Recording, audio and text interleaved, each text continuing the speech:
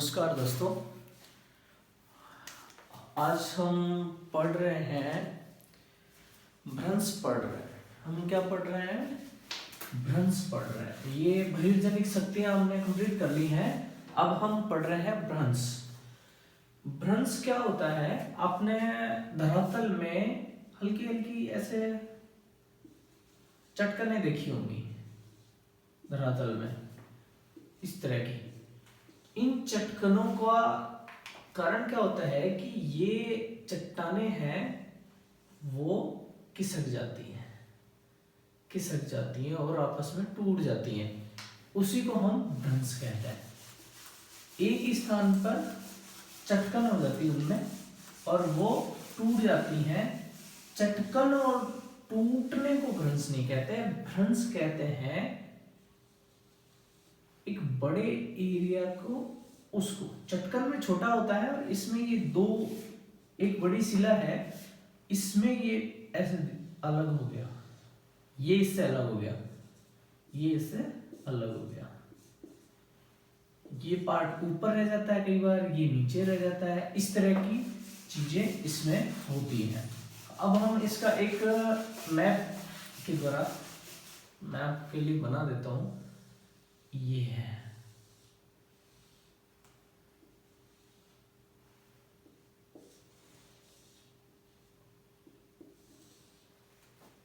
ये चट्टान है,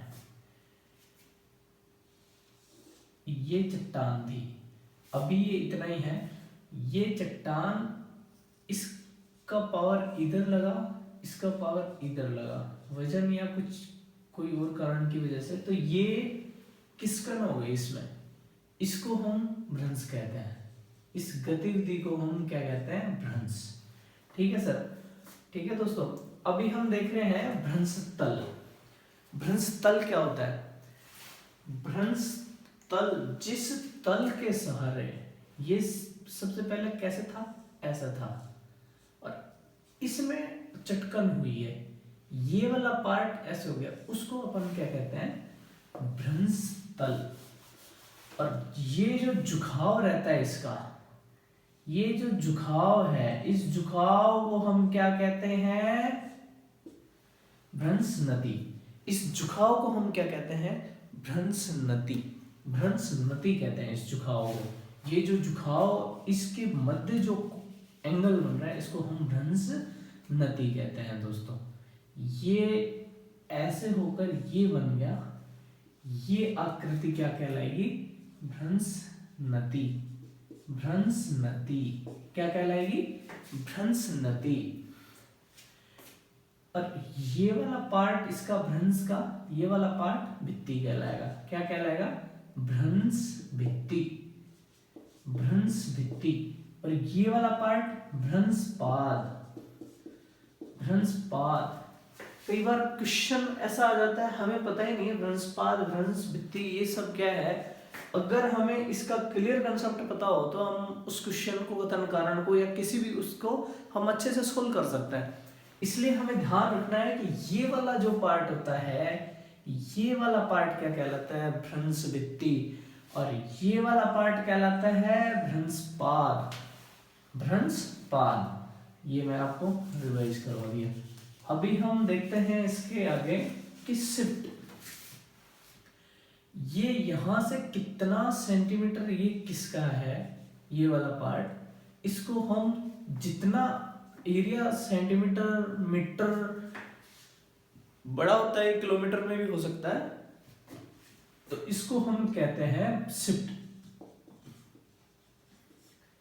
ये जो इसका यहां से खिसकन हुआ है उसको हम शिफ्ट कहते हैं।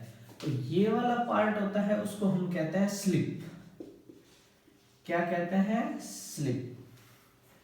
ये वाला पार्ट होता है उसको हम कहते हैं स्लिप। थ्रो। थ्रो किसे कहते हैं? कि ये पार्ट कितना ऊपर गया है, ऊर्ध्वाधर ऊपर गया है, उसको हम क्या कहते हैं? थ्रो। ये वाला पार्ट कितना ऊपर गया है उसको हम क्या कहते हैं? ये वाला पार्ट कितना ऊपर गया है उसको हम थ्रो कहते हैं। मतलब इसका कितना ऊंचाई रही है उसको हम थ्रो कहते हैं। और दोस्तों इसको हम और चीजों को देखते हैं।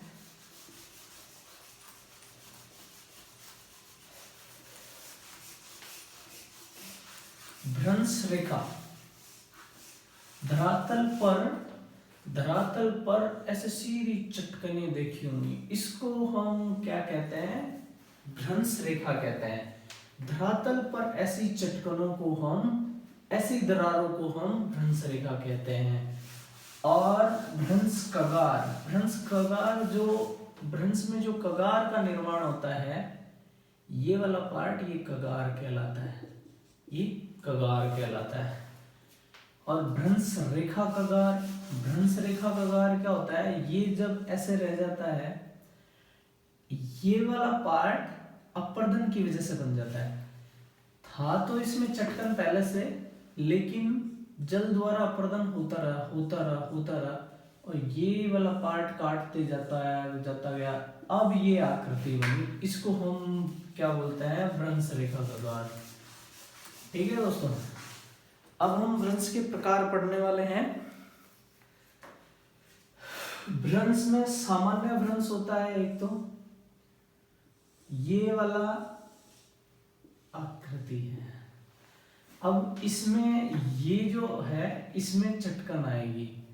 कैसी चटकन आएगी? ये वाला पार्ट, ये आधा पार्ट यहां से कट अलग होगा और ये यहां आ जाएगा। इसको हम सामान्य भ्रंश बोलते हैं।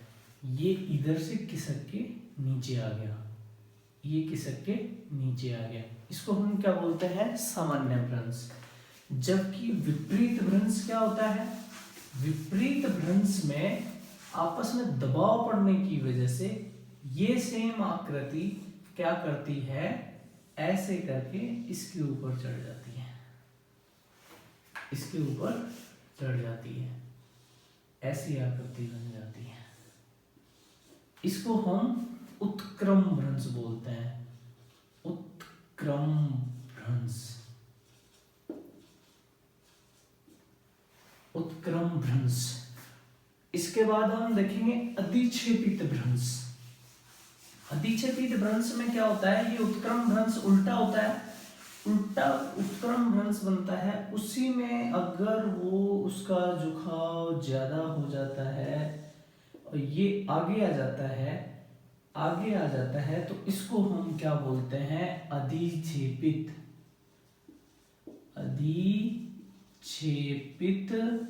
भ्रंश, अधिक्षेपित भ्रंश बोलते हैं इसको।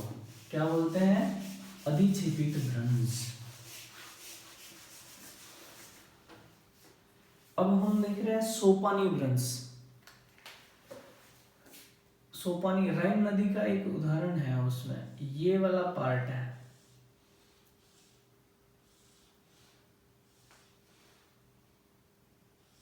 इस तरह से बन गया वो। ये घाटी है जिसमें पानी बह रहा है, इस तरह की नदी है, राइन नदी का उदाहरण ले रहे हैं हम। यूरोप की राइन नदी को देख सकते हैं, ऐसा ही है उसमें। ये वाला पार्ट क्या है? इसमें बह रहा है पानी। ये वाला पार्ट जो है ये नीचे चला जाता है, इसमें सोपान बन जाता है। ये इधर वाला मैंने ऐसा बताया है, ये ऐसा सोपान बन जाता है। एक बार इसका भ्रंश हुआ, यहाँ भ्रंश हुआ और यहाँ फिर भ्रंश हो गया, तो ये सीढ़ियां बन गई।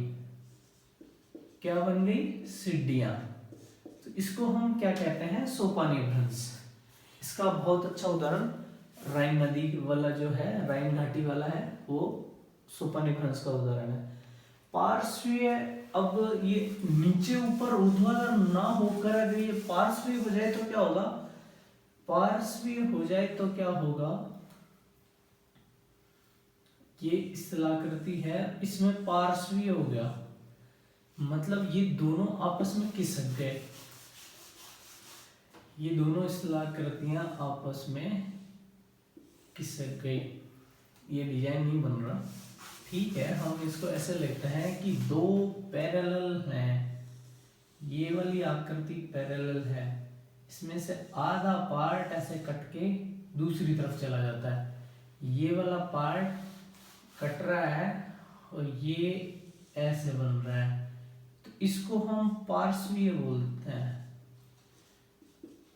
उसमें ताकत ऊपर नीचे लगती है, इसमें ताकत इधर उधर लगती है, तो इसको हम पार्श्वीय नति लंबीय सर्पण या विदारण भ्रंश कहते हैं। इसका उदाहरण सैन एंड्रियास और हिमालय का गढ़वाल क्षेत्र, ये पार्श्वीय भ्रंश के उदाहरण है। किसके उदाहरण है? पार्श्वीय भ्रंश के उदाहरण। भ्रंश से उत्पन्न स्थलाकृति देख रहे हैं अब हम, भ्रंश से उत्पन्न स्थलाकृति देख रहे हैं। इसमें भ्रंश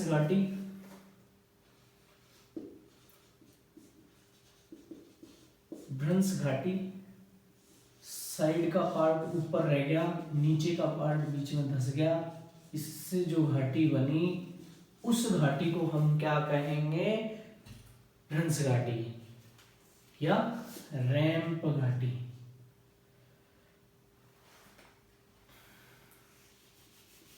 रिफ्ट घाटी, रैंप घाटी नहीं, रिफ्ट घाटी।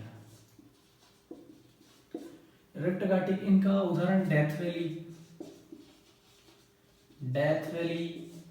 डेड सी, मृत सागर, ये इसके उदाहरण है। इसमें होता क्या है कि ये वाला पार्ट ऊपर रह जाता है और ये वाला पार्ट नीचे चला जाता है, इसको हम रिफ्ट वैली या भ्रंश घाटी कहते हैं।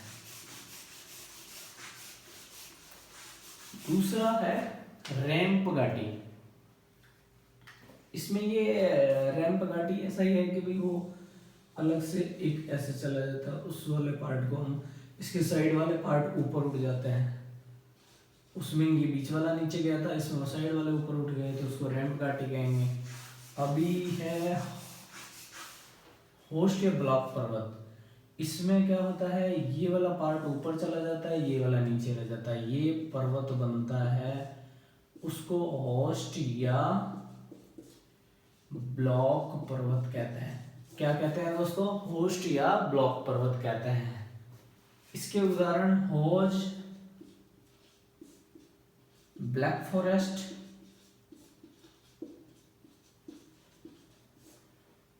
वासजेश, सतपुड़ा।